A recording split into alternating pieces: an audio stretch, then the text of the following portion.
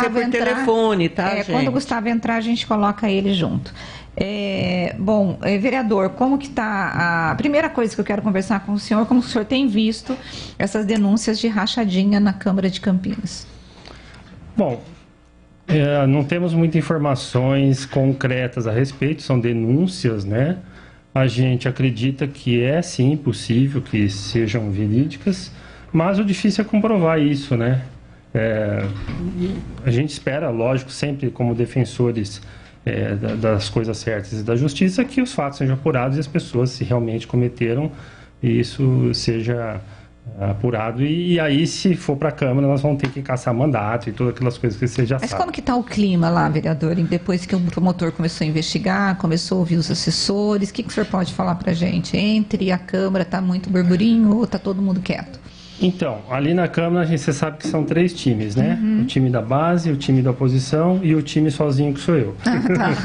Então, eu não tenho contato, eu realmente não sei, eu fico à deriva de qualquer fofoca que aconteça lá dentro, eu estou totalmente à margem, eu fico sabendo por vocês as novidades. Ô Paulo, e como que é isso ser uma ilha? Explica pra gente. Tem seu lado bom e seu lado ruim. Eu acredito que tem mais o lado bom, porque na situação que a política está. E Campinas é um retrato da política nacional, né? Então você tem os grandes feudos que dominam, como a própria Rússia ali, né? O império que domina o mundo e tal. Então você tem em qualquer Câmara Municipal, Assembleia Legislativa, Câmara Federal, você tem o feudo, lá temos o centrão lá em cima, que dá as cartas, né? E aqui nós temos, então, assim, quando você não tem concorrência, eu digo não concorrência porque ninguém faz o que a gente faz, ninguém fala o que a gente fala. Então você tem muito mais reverberação, você fica mais em evidência, né? Ô, Paulo. Nesse sentido que eu acho bom, porque a gente fica, com tudo que você fala, as pessoas ficam te olhando assim, o que vai vir, né? Sei. Agora, eu não consigo te ver assim, você pode até ter uma independência em relação a algumas pautas, mas eu te vejo muito aliado ao governo da Saad. Inclusive, você posta nas suas redes sociais as reuniões com secretários, você elogia alguns projetos e o prefeito tem um bom relacionamento com você e você tem um bom relacionamento com o prefeito, né? Às vezes eu te acho mais base do que os próprios vereadores da base. E eu concordo com você. E aí é super importante essa sua pergunta para esclarecer o que é base.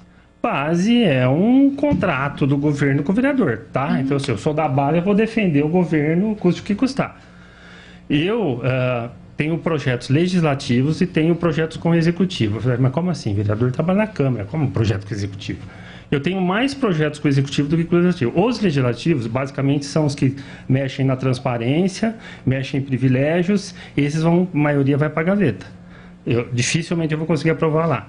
Quando eu conseguir aprovar uma emenda lá, eu lembro que você noticiou, assim, porque realmente é inédito, né? Agora eu tenho um projeto muito bom aí que eu estou pedindo para a base assinar comigo para a gente conseguir aprovar. O projeto é esse? Então, assim, sozinho eu não vou conseguir. É o Código de Defesa do Empreendedor, super projeto, para a gente desburocratizar, para agilizar e tudo mais. E como o próprio nome fala, né, defender o cidadão do Estado, o empreendedor do Estado, né, que hoje é realmente o contrário. Então, o cidadão que votou em mim, ou seja, nós tivemos mais de 20 mil votos em Campinas. O cara, é muito fácil eu subir lá na tribuna, como o Santini fazia, xingar todo mundo, acusar todo mundo e não fazer nada, né, de efetivo. Então, o que a gente faz? A gente vota contrário a todos os projetos que você sabe que eu votei, falo quando tem que falar, voto a favor e subo na tribuna para defender o prefeito quando teve que votar contra a Previdência aqui do Camprev. Então, a própria base me chamou para fala em nome do governo. Então, assim, e todos os projetos que eu estou trabalhando no executivo são, a maioria, ligados à minha área de urbanismo, né, que tem tudo para fazer aqui na cidade, tudo, né, e eles não têm pessoas competentes para fazer. Então, o nosso trabalho é fazer toda a costura com as entidades, com as associações. E essa frente que vocês montaram agora para trabalhar as leis urbanísticas vai seguir nessa direção, é isso? Exatamente. Então, só para concluir a questão da base e não ser base, nós estamos juntos defendendo o interesse do cidadão, não do governo. Então, um exemplo, Rose, nós aprovamos o empreendimento de interesse social, ex-Coab, no final do ano passado. Era uma lei que estava parada 2 anos na Câmara. Então, Paulo, bom, essa lei a gente olhou e ficou meio assim com ela.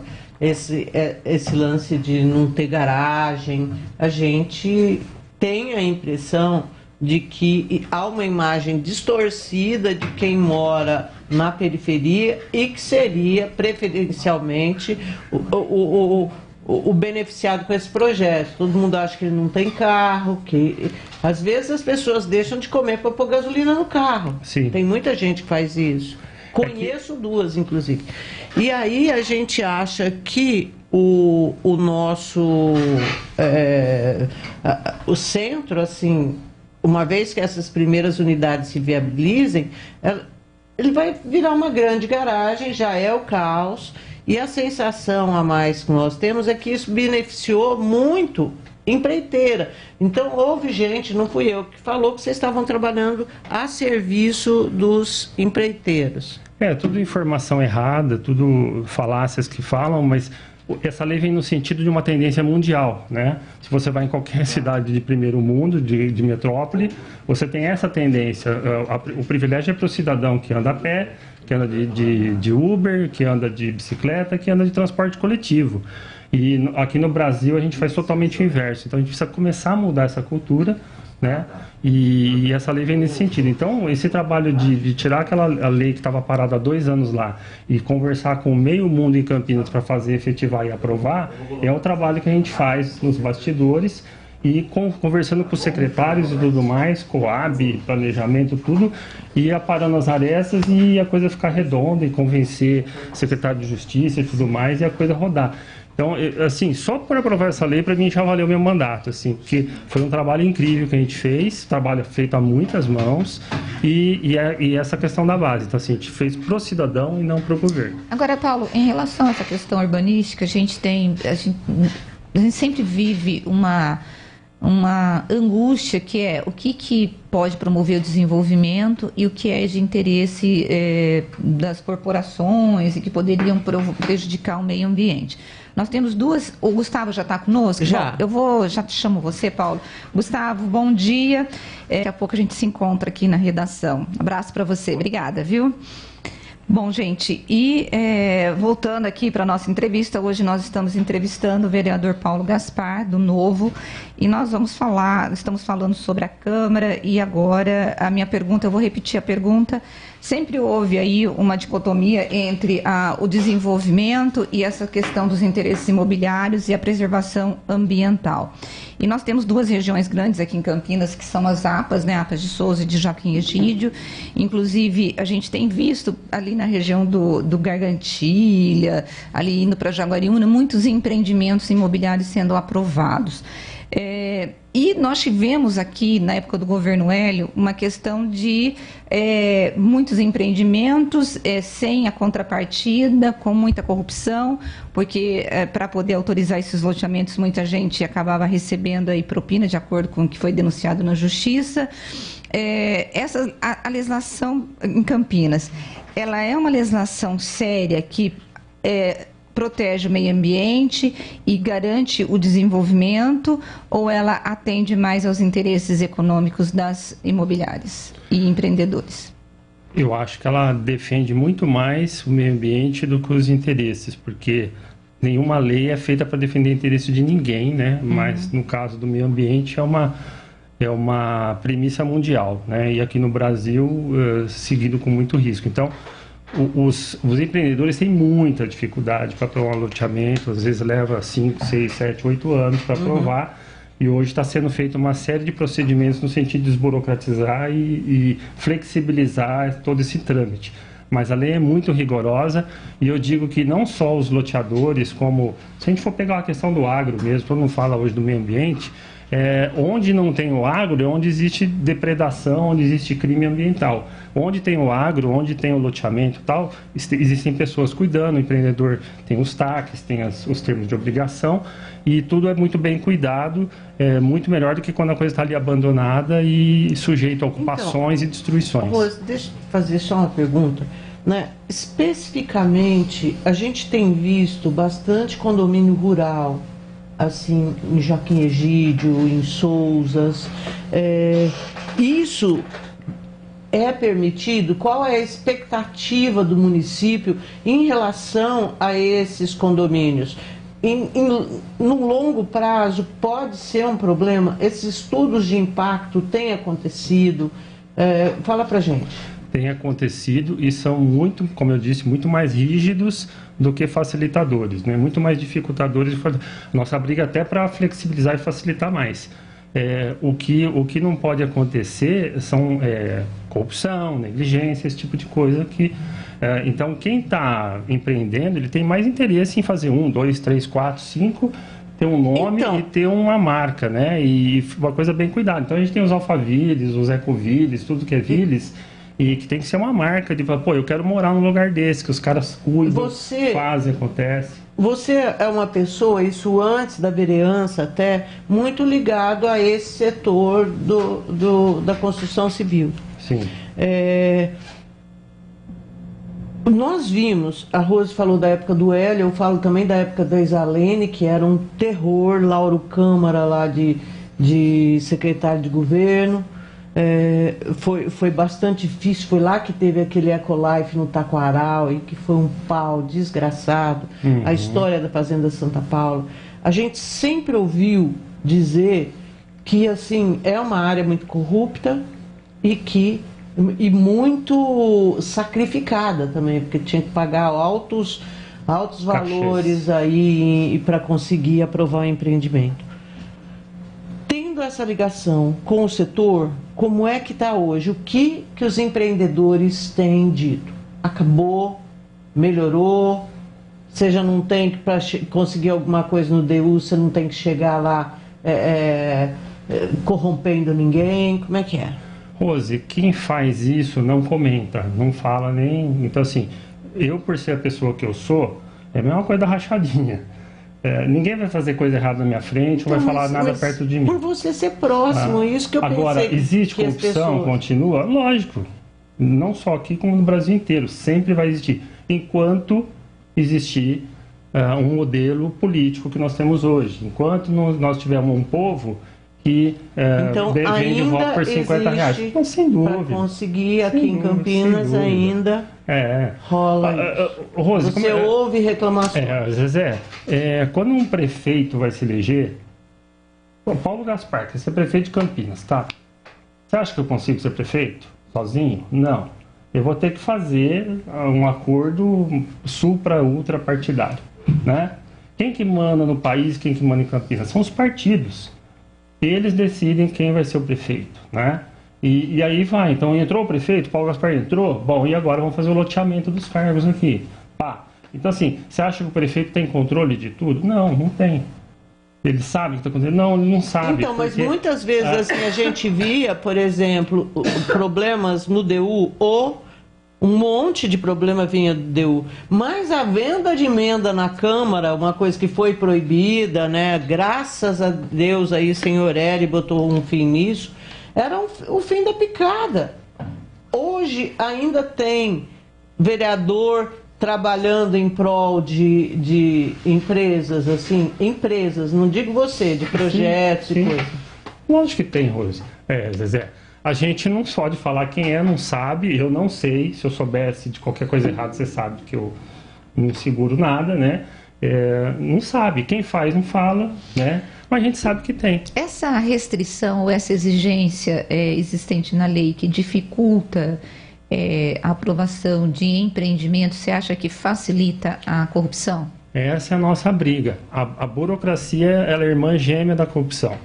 Quanto mais burocracia, quanto mais dificuldade, mais você vende, mais caro custa a facilidade. E é para isso que serve a burocracia no Brasil, no mundo e tudo mais. Por isso que a nossa bandeira número 1 é desburocratizar. Então, mas, por exemplo, quando você está pensando em rever essas leis urbanísticas, qual que vai ser o ponto em que vocês vão pegar aqui em Campinas? Quais são os problemas que tem na legislação aqui de Campinas em relação ao urbanismo?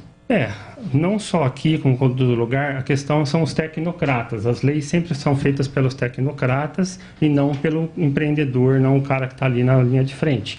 Então a burocracia é gigantesca, aí vem o Ministério Público, aí vem a Secretaria de Justiça e coloca um monte de empecilhos. Isso não, a gente chama a Secretaria do Anão, né? Anão, nada pode. Aí sai um Frankenstein aquilo lá.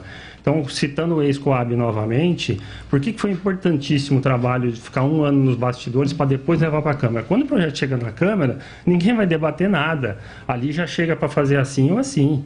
Então, tudo isso tem que ser feito antes. Por isso que é muito importante esse trabalho que a gente faz lá, para quando o projeto chegar lá, ninguém vai mexer mais. É basicamente uma emendinha ou outra que vai entrar e só. Zé. Bom, a gente tem... Eu queria voltar naquela história daquele projeto lá dos empreendimentos sociais. Bom, essa flexibilização foi uma flexibilização grande, né? Como a gente já discutiu, a ponto de suscitar dúvidas se vocês estavam trabalhando para os empreendedores. Sim. Mas houve interesse? O que tem hoje já ali para o centro de Campinas, principalmente, porque o centro de Campinas, utilizando essa política, é a nossa esperança de um centro melhor do que o que está hoje. Como é que está essa conversa? Bom, basicamente o que essa lei ex-Coab fez, a nova, né, foi tornar a conta fechar. Por que os empreendedores preferiam construir em outras cidades e não em Campinas? Porque a conta não fechava. Fazer muito caro, papati, exatamente. Chega cheio de regras. Isso não pode, isso não pode, isso não pode. Então o pessoal fazer o empreendedor fazer um apartamento em São Paulo, ele ganha o dobro. O FGV dele ganha o dobro daqui de Campinas. E aí a gente foi fazendo todas essas contas aí e trazendo, inclusive, a questão do mercado popular que foi introduzido nessa lei do Haddad, lá de São Paulo. Sim, é igualzinho. Em 5 anos, a produção habitacional de São Paulo, metade é de interesse social. Mas aqui já tem? Então, você tá agora... de algum empreendimento que já está aí na... Sim, os empreendimentos já vinham vindo com destaque, mas com essa lei a expectativa é triplicar. Eu acho que tinha uns 10 lá já sendo avaliados, eu acho. Preciso checar, mas era isso que tinha. Assim, Paulo, consegue essa informação pra gente, se já tem e onde é? Porque como eu estava falando para vocês, me incomoda muito o centro de Campinas do jeito que está. Então, eu não vejo outra forma da gente conseguir revitalizar aquilo ali, senão pela ocupação mesmo, e a ocupação com moradias. Eu não vejo. O prefeito, então eu queria saber como é que está lá. Vereador, o prefeito disse para mim que ele deve anunciar nos próximos dias uma lei dando incentivos fiscais para o empreendedor que for investir no centro, no sentido de conseguir ali trazer de volta essa ocupação que a Zezé está colocando. Claro que a Zezé está falando de uma ocupação habitacional ali do lado, né? Mas também o prefeito também está vendo essa questão de você trazer o investidor para o centro. O senhor acha que o caminho é esse ou não? Como recuperar o centro de Campinas que está tão abandonado? O centro é uma região que ela já é demarcada, né? Pega as avenidas principais ali, Moraes Salles, Glorioso Maia e tal, aquele é o centro, né? E ali realmente tem que ser tipo uma zona franca, você tem que dar incentivo ali adoidado. Pô, vem morar aqui, ó, vocês vão ganhar 10 anos de isenção de IPTU, ISS, e começa, né? É assim, tem que tornar atrativo, né? Igual a guerra na Rússia, né? O negócio tem que sentir no bolso, né? Na hora que sair no bolso a coisa começa a fazer diferença. Tem uma lei que o governo já está trabalhando, a gente trouxe de São Paulo também, chama a lei do retrofit, que foi feito lá. Você pega prédios antigos de mais de 30 anos, normalmente comercial, transforma em residencial, aí você traz todos esses incentivos aí. Tem um projeto apresentado pelo Secov, que inclusive introduz bonde de novo no centro de Campinas. Qual que é a ideia? Você vem de qualquer região da cidade para próximo desse centro e ali você tem um microtransporte público para fazer. Super legal. Que é turístico, resgatar os pontos turísticos. Sim. Esse mas pátio isso ferroviário, do bonde vai se tornar uma atração turística, sem dúvida. Essa reforma da Glicéria agora da Campos Sales e que nos próximos 20 anos é para fazer em todo o centro, é para transformar totalmente. Essa ideia de trazer a Câmara é nesse sentido. O pátio ferroviário, importantíssimo. Agora, tudo isso que a gente está falando, Rosa Zezé, são mitigações, são coisas, são costurinha de curto prazo, é voo de galinha, vamos falar assim. O que a gente precisa? A gente precisa fazer o que Curitiba fez há 55 anos atrás. A criação do Instituto de Planejamento Urbano de Curitiba. A gente precisa ter um de Campinas. Mas o que é isso? Uma autarquia que você precisa ter um órgão técnico para funcionar a par das questões políticas. E a gente tem horror à autarquia. Vamos tirar isso, então, só se a gente acabar caindo, a gente pode Nós temos horror a autarquias, porque a gente sempre acha que é um cabide de emprego para poder colocar funcionários de vereadores de partidos políticos. Olha o Sidão lá na mata. Não, inclusive, Sidão na mata. Inclusive o Partido Novo tem essa bandeira, né, de menos Estado mínimo. Eu falei, como que você vem com esse discurso de autarquia? Não, só que aí não é gasto, é investimento. Vamos pegar o exemplo da nossa casa. Nós temos um terreno e começamos a fazer um puxadinho, um cômodo, outro cômodo, outro cômodo, outro cômodo. Daqui 20 anos a gente tem um Frankenstein ali. E que você tem que passar no meio do quarto para chegar na cozinha para chegar no banheiro. Isso é a cidade de Campinas. É uma coxa de retalho que vai sendo costurada e custa 1000 vezes mais caro para você consertar os problemas. Se a gente tem uma Secretaria de Planejamento? A Secretaria de Planejamento é para pagar incêndio todo dia. A gente precisa de um órgão para planejar a cidade. Quando você contrata um arquiteto, me contrata, quando você for fazer sua casa, a gente vai pegar um terreno vazio e vai pensar, eu não tenho dinheiro para fazer essa casa hoje, mas eu vou projetar ela para os próximos 20 anos e eu conseguir fazer ela. Então você tem uma sequência. A cidade precisa ser pensada assim. E, lógico, não é só urbanismo que envolve todas as áreas. E tem um órgão técnico. Então, assim, toda cidade do mundo, de primeiro mundo, funciona assim. Então, a gente não precisa reinventar a roda, a gente precisa copiar os exemplos que já existem. Então, Curitiba é um exemplo mundial de que isso foi feito e aconteceu. E está lá o planejamento urbano para até hoje, né? Tá certo, vereadora. Gente, só uma coisa. A Rússia fechou espaço aéreo para países da União Europeia e Canadá. Né? Quem vai querer? Porque o Canadá também fechou o espaço aéreo deles. Bom, vereadora, eu quero agradecer a tua presença aqui conosco. Espero que você tenha apreciado o nosso estúdio novo. Muito. Que eu achei engraçado quando ele falou, gostei do estúdio, quero conhecer. Eu dei risada sozinha. Antes era vermelho, né? Agora tá tudo azul. Mas só tá faltando um laranja. Pelo jeito, né? Podia pôr um painel laranja aqui. Porque deu uma tucanada, né? Mas melhorou bastante. Mas olha, muito obrigada, vereador, pela tua presença aqui no meio desse feriado, que é difícil, hein? O político que quer sair de casa para vir até uma rádio, para dar entrevista no feriadão. É raro. Olha, o programa de vocês, a gente tem que elogiar muito o papel que vocês fazem. A mídia é o quarto poder, não é? Então, eu acho que é fundamental o que vocês fazem. Tira o chapéu e continuem assim. Porque a gente precisa de vocês fazendo todo esse trabalho jornalístico de independência para a gente melhorar a política, melhorar a nossa cidade em todos os aspectos. Parabéns. Obrigada, viu, Paulo? Obrigada mesmo. Muito obrigada. Bom, gente...